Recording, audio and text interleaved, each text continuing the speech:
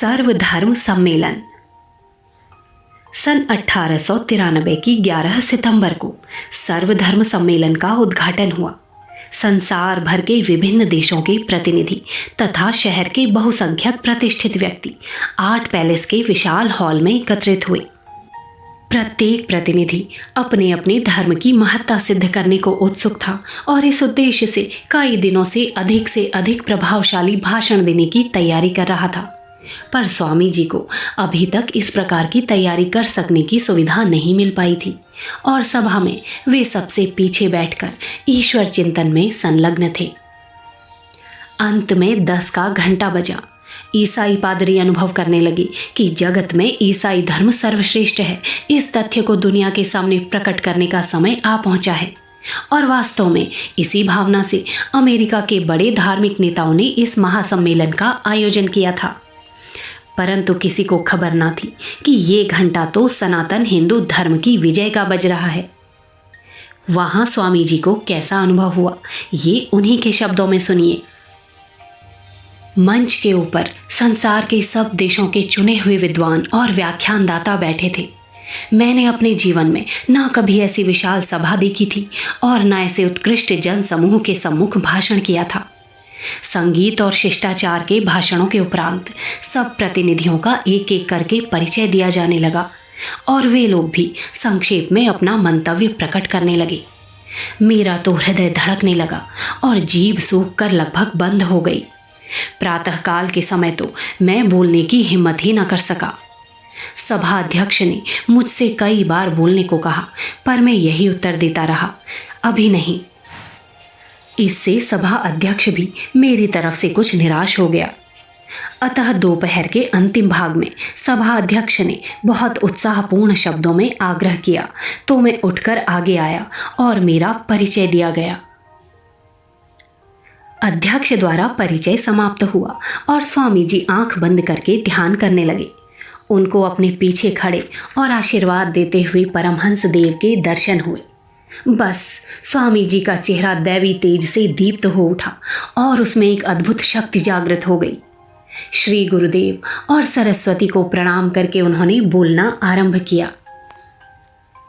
भाइयों और बहनों। इन भाइयों और बहनों शब्दों को सुनते हुए सभा में उत्साह का तूफान आ गया। सबके मुंह से लेडीज और जेंटलमैन के बाह्य शिष्टाचार युक्त संबोधन को सुनते सुनते जब उनके कानों में ये भाइयों और बहनों के आत्मीयतापूर्ण शब्द पड़े तो हजारों व्यक्ति जोश के साथ तालियां बजाते खड़े हो गए। स्वामी जी स्वयं चकित रह गए। कई मिनट तक तालियों की गड़गड़ाहट सुनाई देती रही। अंत में लोगों के शांत होने पर स्वामी जी ने कहा, मुझे यह कहते हुए गर्व है कि जिस धर्म का मैं अनुयायी हूँ उसने जगत को उदारता और प्राणी मात्र को अपना समझने की भावना दिखलाई है। इतना ही नहीं, हम सभी धर्मों को सच्चा मानते हैं और हमारे पूर्वजों ने प्राचीन काल में भी प्रत्येक अन्याय पीड़ित को आश्रय दिया है।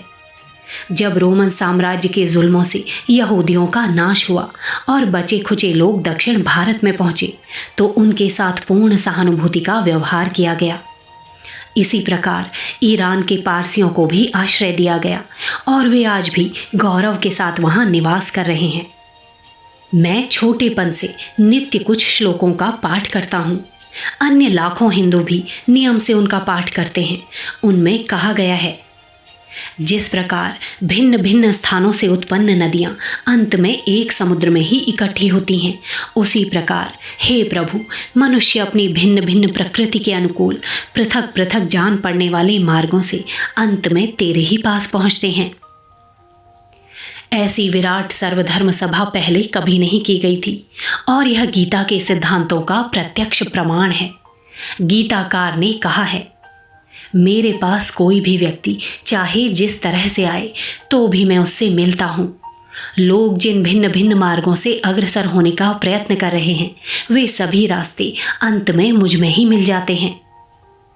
पंथ संबंधी द्वेष, धर्मांधता और इनसे उत्पन्न क्रूरतापूर्ण पागलपन, ये सब इस सुंदर धरती को चिरकाल से नष्ट कर रहे हैं। इन बातों ने पृथ्वी पर तरह तरह के अत्याचार कराए हैं, बार बार भूमि को मानव रक्त से सिंचित किया, संस्कृति को नष्ट भ्रष्ट कर दिया है और सब लोगों को निराशा की खाई में धकेल दिया है। अगर ये क्रूर दैत्य ना होते तो मानव समाज न जाने अब तक कितनी अधिक प्रगति कर चुका होता।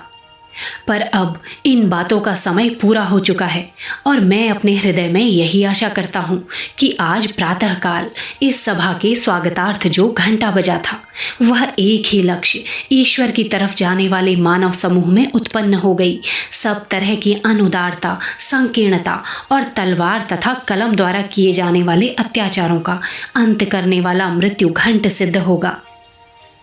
इतने संक्षिप्त भाषण द्वारा हिंदू धर्म में निहित विश्वव्यापी एकता के तत्व और उसकी विशालता का परिचय करा देने से समस्त सभा स्वामी जी पर मोहित हो गई और जैसे ही वे अपना कथन समाप्त करके बैठे, समस्त सभा ने उनकी प्रशंसा में पुनः जय ध्वनि की।